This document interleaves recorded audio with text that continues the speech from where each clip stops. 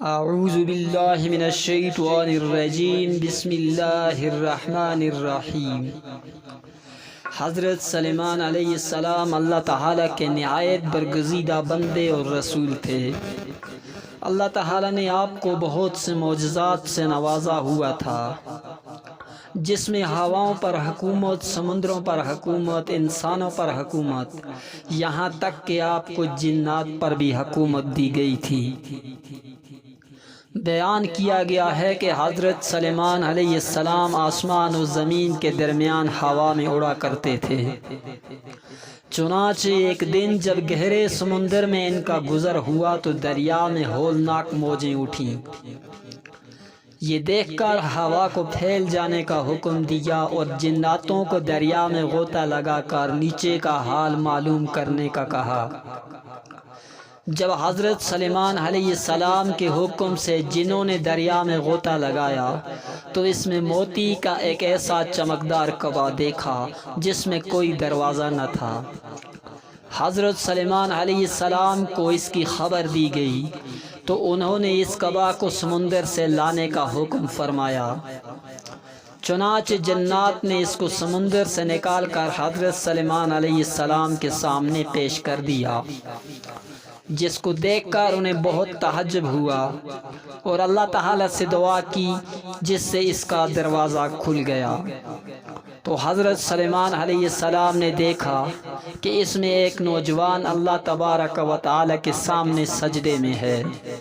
تو حضرت سلیمان علیہ السلام نے اس سے دریافت کیا کہ تم فرشتے ہو یا جن؟ تو اس نوجوان نے جواب دیا کہ میں انسان کی جنس سے ہوں۔ اس کے بعد حضرت سلیمان علیہ السلام نے دریافت فرمایا، آخر یہ بزرگی اور فضیلت تجھے کیوں کر حاصل ہوئی؟ اس نوجوان نے عرض کیا کہ حضرت، مجھے یہ فضیلت والدین اور ان کے ساتھ حسن سلوک کے سبب حاصل ہوئی ہے۔ میں اپنی ضعیف والدہ کو اپنی پشت پر لادے رہتا تھا اور ان کی دعا تھی کہ اے میرے معبود، تو اس کو شہادت عطا فرما کہ میرے مرنے کے بعد اس کا مقام ایسی جگہ میں متعین فرما جو نہ آسمان میں ہو نہ زمین میں۔ چنانچہ والدہ ماجدہ کے انتقال کے بعد جب میں ایک دریا کے کنارے گھوم رہا تھا تو میں نے سفید موتی کا ایک کعبہ دیکھا۔ جب میں اس کے پاس پہنچا تو اس کا دروازہ کھل گیا اور میں اس کے اندر داخل ہو گیا، اور میرے اندر داخل ہونے کے بعد قدرت الہی سے خود بند ہو گیا۔ مجھے معلوم نہیں کہ میں زمین میں ہوں یا آسمان میں ہوں یا ہوا میں، اللہ تعالیٰ اسی میں مجھے رزق عطا فرماتا ہے۔ حضرت سلیمان علیہ السلام نے دریافت کیا، آخر اس میں تجھے روزی کس طرح حاصل ہوتی ہے؟ اس نے کہا، جب بھوکا ہوتا ہوں تو پتھر میں ایک درخت پیدا ہوتا ہے اور اس درخت سے پھل، جس میں دودھ سے زیادہ سفید، شہد سے زیادہ میٹھا اور برف سے زیادہ ٹھنڈا پانی نکلتا ہے، اور جب میں سیراب ہو جاتا ہوں تو خود ہی وہ درخت غائب ہو جاتا ہے۔ اس کے بعد حضرت سلیمان علیہ السلام نے دریافت فرمایا، آخر تجھے اس کعبہ میں کس طرح معلوم ہوتا ہے کہ دن ہے یا رات؟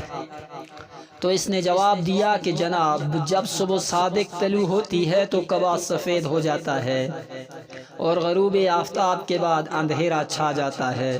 اس طرح میں دن اور رات کے درمیان تعین کر لیتا ہوں۔ اس کے بعد حضرت سلیمان علیہ السلام کی دعا سے وہ کعبہ دریا کی گہرائی میں اپنے مقام کی طرف چلا گیا۔ وما علیہ